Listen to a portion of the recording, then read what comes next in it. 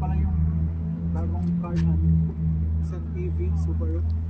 First time namin i-charge. So basically, medyo basic lang. Kung wala kang card, scan mo lang tong QR code na to. Tapos i-follow mo yung mga instruction.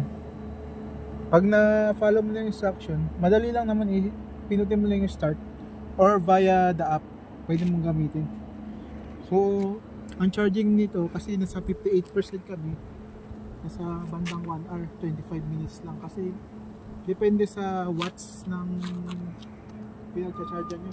Yung iba kasi 16 watts, ito kasi pinag-charge namin nasa 50 watts, so mabilis talaga siya. Saka kung mag-charge kayo sa bahay, siguraduhin nyo yung circuit breaker nyo kaya yung ganitong mga sasakyan. Kasi kung 15 watts, parang pa lang yun, parang pang ilaw lang talaga yun.